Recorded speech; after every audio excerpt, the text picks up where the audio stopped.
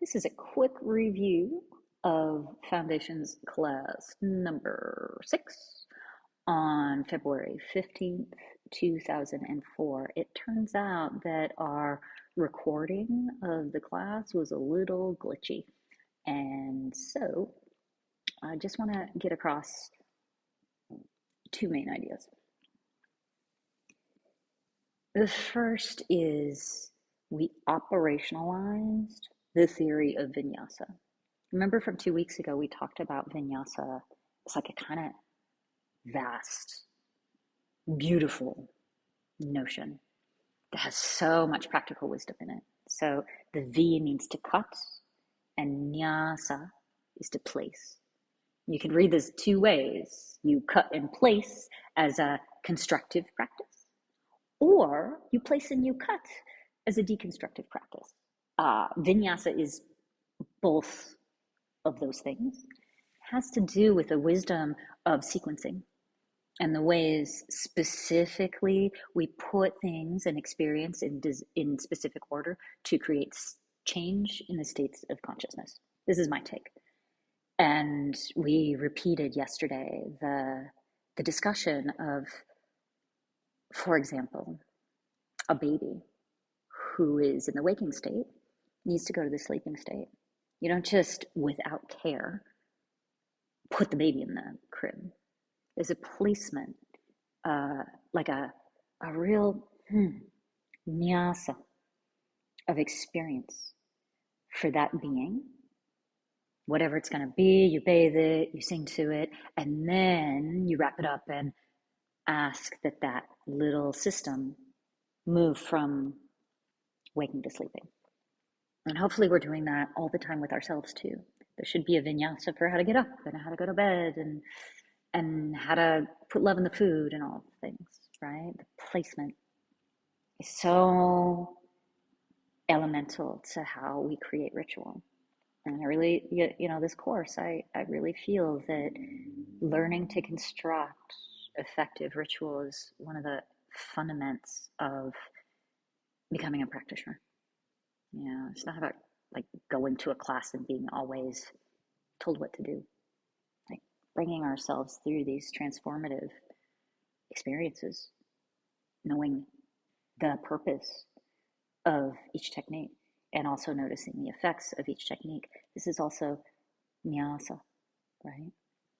So the operationalization of vinyasa, though, well, in Ashtanga Yoga, we get to the floor, and what happens if we put the butt on the floor for too long?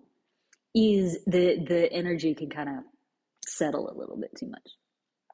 And so there's a little thing called taking a vinyasa, which is a way to get from Paschimottanasana back to the pose formerly known as down dog that we call a shat, and a different concatenation of actions that get us from the pose formerly known as down dog back into Paschimottanasana. And so we broke those down.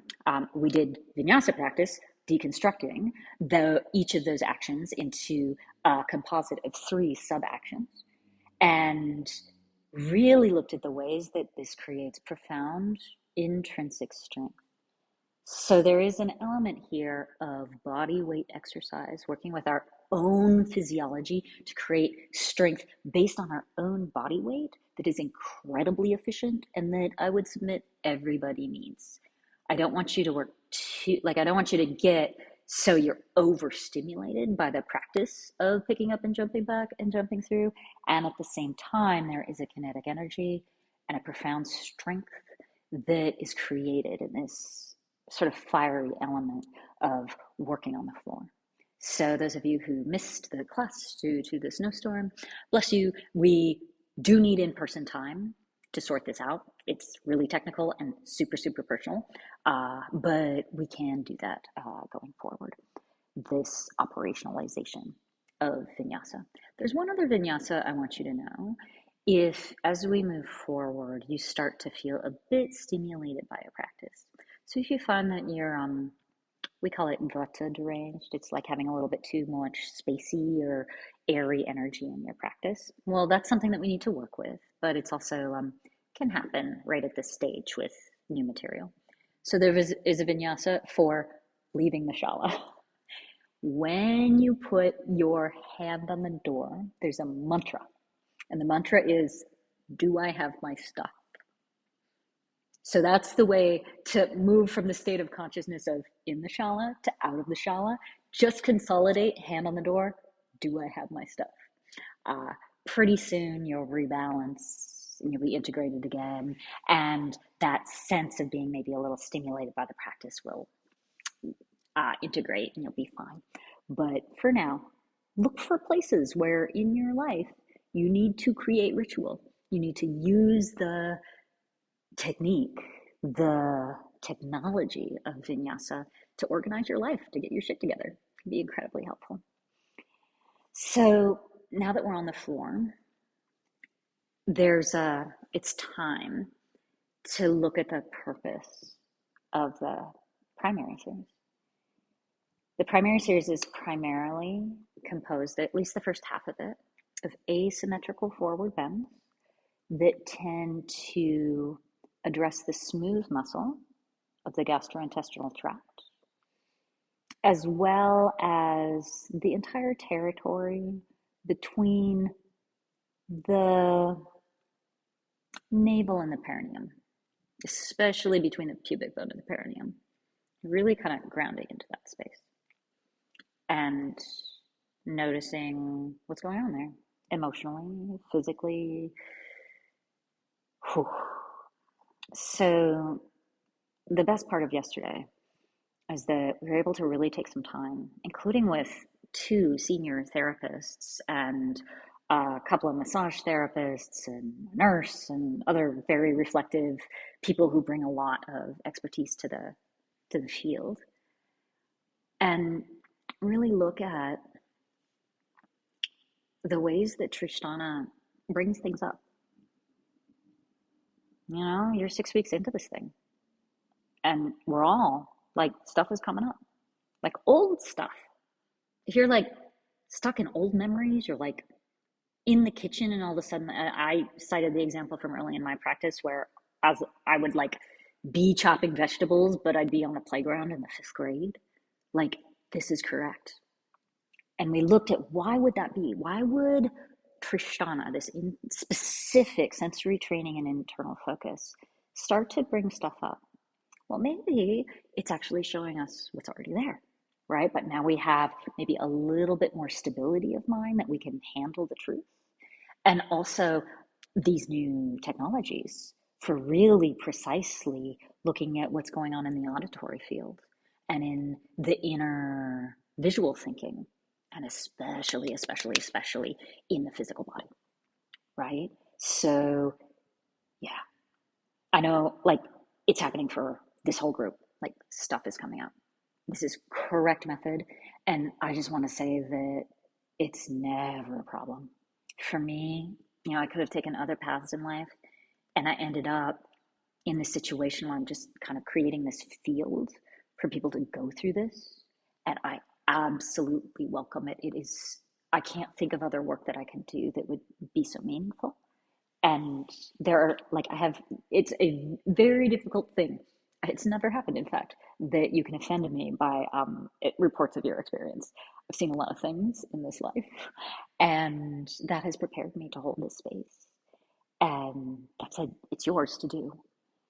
We talked a little bit about what is really going on, like when it comes to stuff coming up in a Mysore room. And I shared, so up until COVID, I had like 12 shalas, most of them are closed now, that I worked with around the country, a few around the world. And I would go to them either every year or every other year. And because I love work, I love to do hard things, every year I'd go to these little shalas and I would have the teacher ask the students to email me. Just send me a letter every year. There's one place I went, I think 11 years in a row. And so like we developed this particular way of checking in. And then I wouldn't see them for a year, but I had a special email address, AJ Phone Home, where they would just send me the letter every year. And it would be ultra confidential, just between me and them, just for the archives. I'd read them twice. So what I would do is I'd print out all the letters, read them on the plane to the destination, and that's how I would know what to teach. And every single time, the field of a particular community of practice would have particular themes every single time.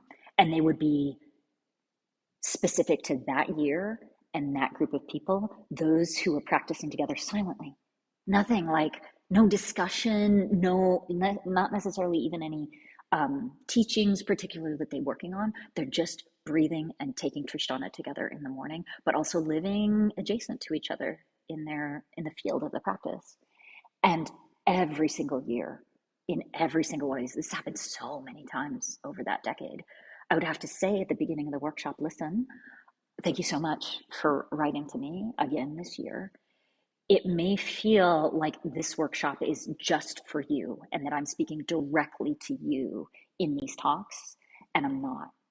The only things I'm going to mention in these talks are the things that are coming up multiple times across the letters. It's just that you are not alone in the growth and the healing that you're doing.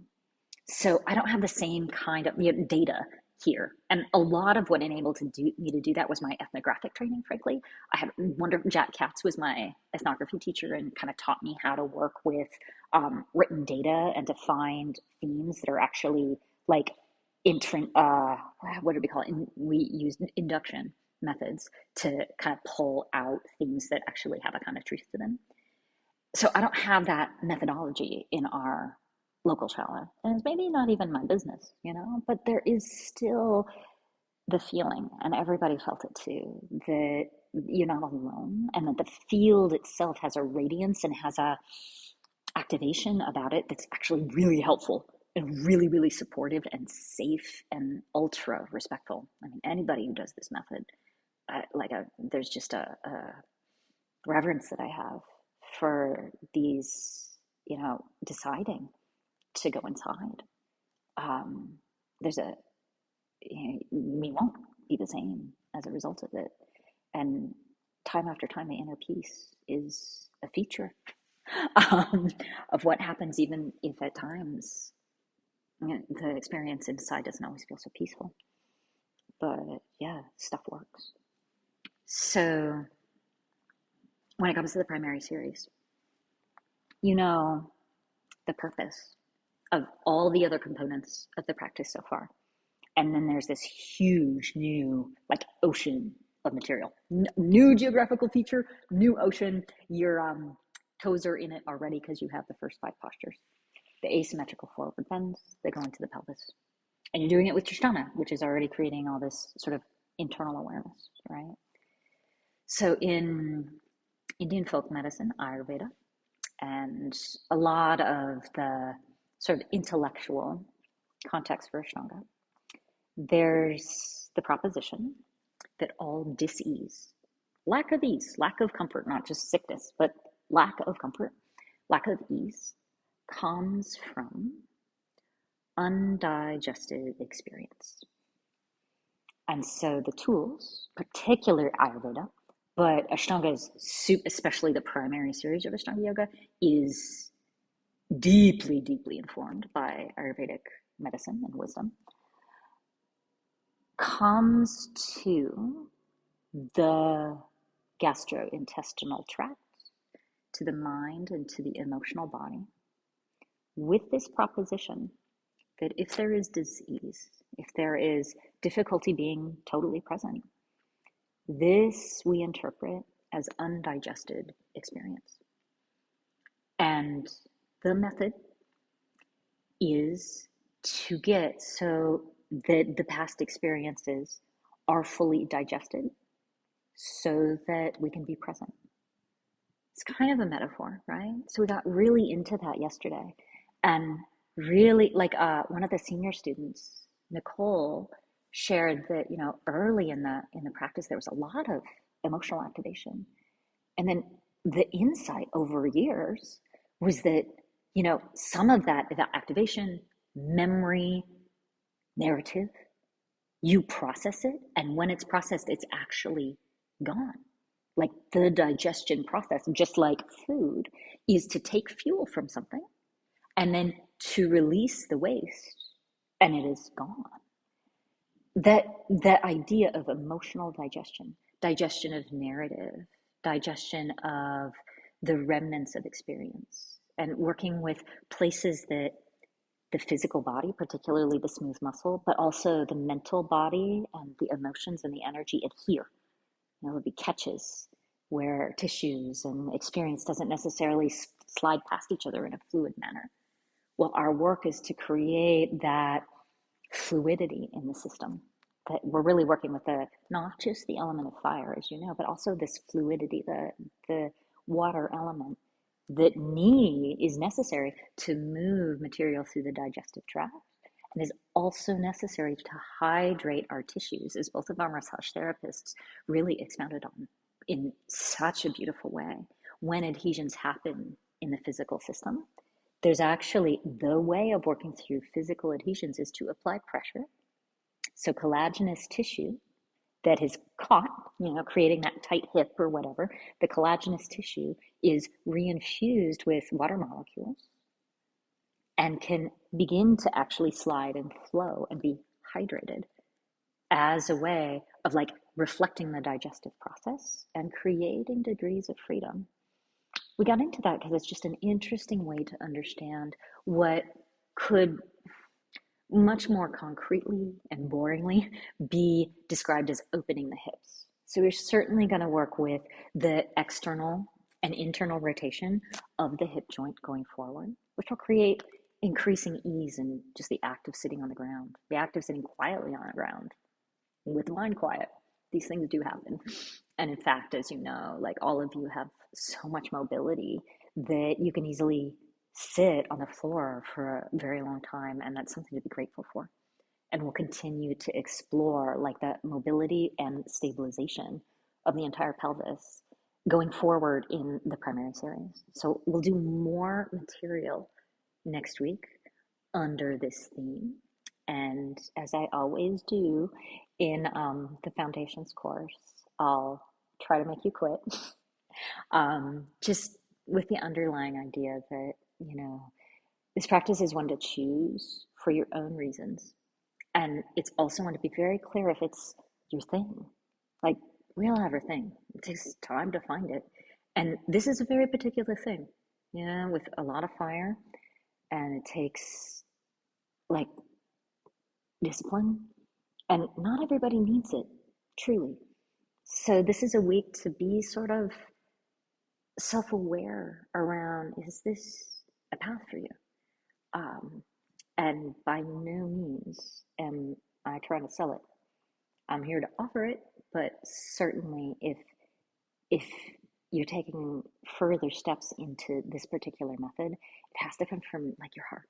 It has to come from this intuition that we're bringing online through the process of becoming like more and more present. And that's also about digestion. If we digest our experience, it's easier to just be open to sort of empty the the tract, right? So that we're able to take on new fuel, new nourishment. And I'm not going to do another and. That's already a lot. I'll see you all this week. Thank you so much for your practice.